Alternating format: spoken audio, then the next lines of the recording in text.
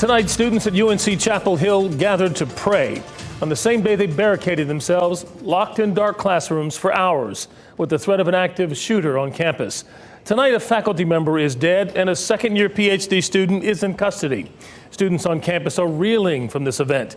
We're working to learn who the victim was and the charges that may be filed in this case.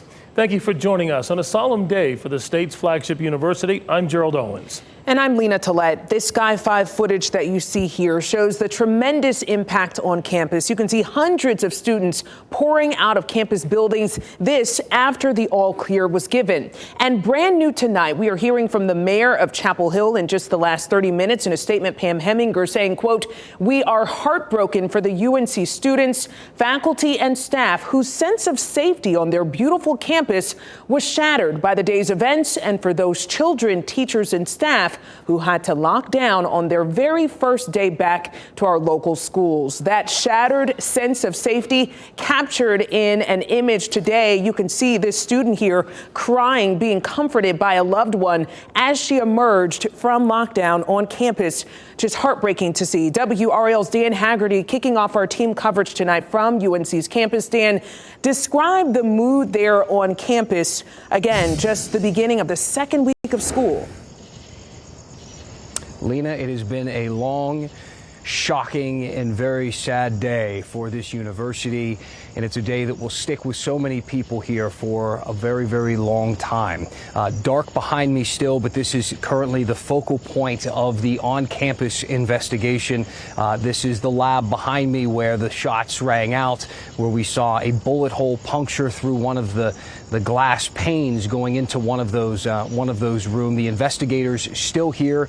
We can see the flash from FBI cameras behind us. The same police officers here from Chapel Hill who were guarding the door earlier are still the same ones back there as we speak.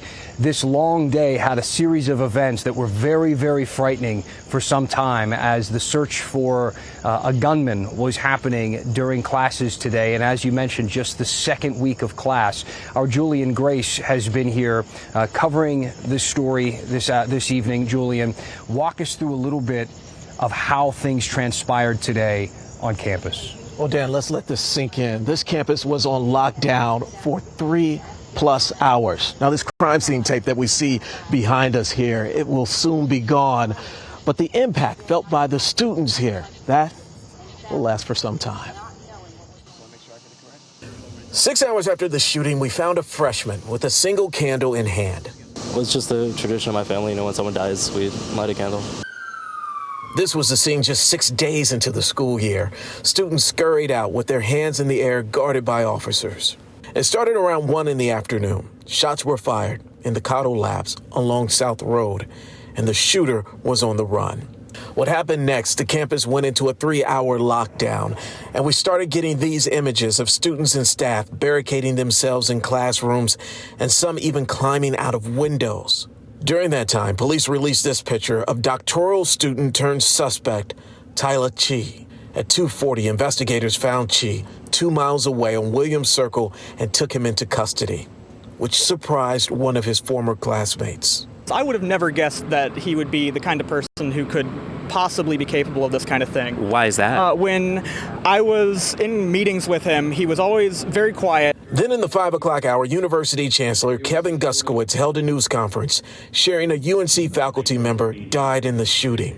We talked with student after student, and some shared it will be a while before this part of Chapel Hill feels like a campus again. I don't think that any of us are going to be able to go on without kind of looking over our shoulder for the next couple days, weeks, months ahead, just because it is our campus. Wow. Yeah. Dan, I want to share one observation that I made when I was out here. About 50 yards away, there were a group of about 40 students. They were gathered there and they were praying. I took a couple of snapshots. I didn't want to interrupt them. After I took those pictures, I walked away to prepare for our live shot tonight. About 6 students later came over to me and they said, "Hey, we just want to pray for you." They prayed for me, and afterward they said their goal is to spread hope.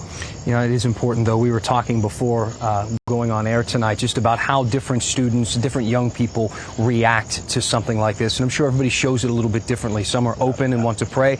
Others might keep it to themselves. But I think it's worth checking in on, and if you know anybody at this university, families who care about this place, check in with them tonight. Absolutely. Julian, thank you. Again, a big part of the investigation on campus behind us, but another big focal point here, of course, is learning more about this alleged gunman. Our Aaron Thomas has been working on that part of the story tonight. Aaron, what can you tell us? Yeah, so Dan, currently we're outside of the Chapel Hill Police Department. This is one of the assisting agencies in this investigation. In fact, we saw cars like this one on scene. We're diving more into who Tai Lei Chi is and the concern that neighbors have about this suspected shooter who they say has no ties to their neighborhood showing up just steps away from their homes. I think that's him. WRAL captured exclusive video of Tai Lei Chi being taken into custody in connection with the shooting of a UNC faculty member. A viewer shared this photo of him in handcuffs in front of a driveway on Williams Circle before being escorted in a patrol car. It's bizarre. Bizarre for Michael Bremer, a UNC grad student who arrived to the detention in his neighborhood. Moments beforehand, he was at UNC Hospital during lockdown, keeping tabs on updates. We had information from the alerts from UNC and new people who were EMTs that were kind of talking to us as well. Tai Lei Chi is a second-year doctoral student in applied physical sciences. He joined the Yan Research Group at UNC in January of 2022, studying topics like machine learning, light matter interaction, and spectra analysis. This gentleman does not look familiar to you at all. Until today, no. Chris Conklin, one of several neighbors startled by the arrest. He was home as a nearby neighbor called to report Chi's appearance near their home. That's quite amazing and quite shocking and jarring. Yeah, shocking and jarring is certainly the best way to put this. So the big question we have tonight is if and when police will announce any formal charges against this suspected shooter. Still waiting to find out a motive and that possible connection between the victim and the shooter tonight. Dan? Aaron, thank you so much. With what we know about this alleged gunman at this point, and again, so many questions left unanswered. One thing is certain, Lena and Gerald, this university is it's an iconic institution. It represents this state. It represents so many of us, as well as our neighbors and the people who we care about. A lot of people touched by a very tragic day here on the campus at UNC. Back to you. Yeah, Dan, we've seen this student body is a resilient bunch, and despite how large the student body is, this campus got a lot smaller today. They'll get through this. Certainly. Thank you, Dan. This was terrifying for everyone involved. Listen to the moments first responders were dispatched to the scene. 131 South Road, cross streets to South Columbia Street, Bell Tower Drive, at Call Hill Labs. First to a gunshot. Stage for law enforcement, possible active shooter on campus. That, of course, leading to hours of lockdown. Another lasting image tonight, students jumping for safety out of a window of a building on campus. Mark Boyle joins us from the WRAL Live Center. Mark, you talked with a journalism student capturing that scene when the alert sirens were activated, those of the people jumping out of the window. That's right, Gerald. Her name is Noelle Harris, a journalism student there at UNC Chapel Hill. And when we got this video, I put it on Twitter. I really didn't think much of it in terms of just how startling it was. Take a look, though, here tonight. More than 400,000 views. People are shaken by this video. We're going to show it to you here. And this is what it looks like. Noelle Harris, outside of the window of one of her classrooms, she witnessed students running for their safety, jumping out of the building from the second floor there. Just incredible to see. While many others in lockdown, these didn't think that was the right move and decided to get away from campus as quickly as possible. Tonight, we had a chance to speak with the young lady who recorded this video on her cell phone. We got a big flash on the TV projector in our classroom that the teacher had his computer hooked up to. And it said, shelter in place, active shooter. At that point, for me, I didn't know what was going on because we had just been told that it was okay to leave the building. But then when we saw students jumping out the window, I didn't know if they had heard something that I didn't know. It was a confusing moment. Harris says it was hard to get information initially. She was listening to the news. She was also getting information from some of the 911 calls or police chatter from some of those different apps you can download. Students doing whatever they could today to get the details and information that they needed there. Back to you. Information so critical in a desperate situation like that. Thank you, Mark. Sure. We're also getting new reaction tonight from students who are describing what it was like waiting for answers. WRAL's Chris Lovengood talked to a sophomore who said she felt helpless and hopeless as it unfolded. Chris.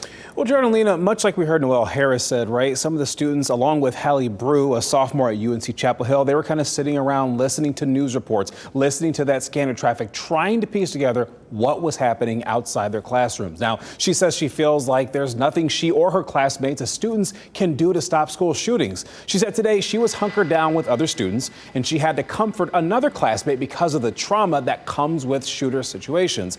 It's a trauma she says she knows well, to the point where she and others her age are sort of programmed in how they respond. Growing up in America, we've been conditioned by now to know to barricade our doors and to turn off the lights and to hide in the corner of the classroom and to stay quiet, because we've grown up in this day and age where school shootings have been happening since we were children. And Bruce said that she wishes that she could just live in a place where gun violence isn't an issue. But from what I gather from talking with her, Lena, she's tired of this sort of thing being just so common in America. It's really incredible that this is a generation that knows exactly what to do in situations like this because they've been trained for it. Chris, thank you. You'll want to make sure you stay with WRAL. Our live team coverage continues at 10:30 with new information. We're learning about the faculty member who died and also the suspect. And in just a few minutes, we'll have the impact on nearby schools today as well.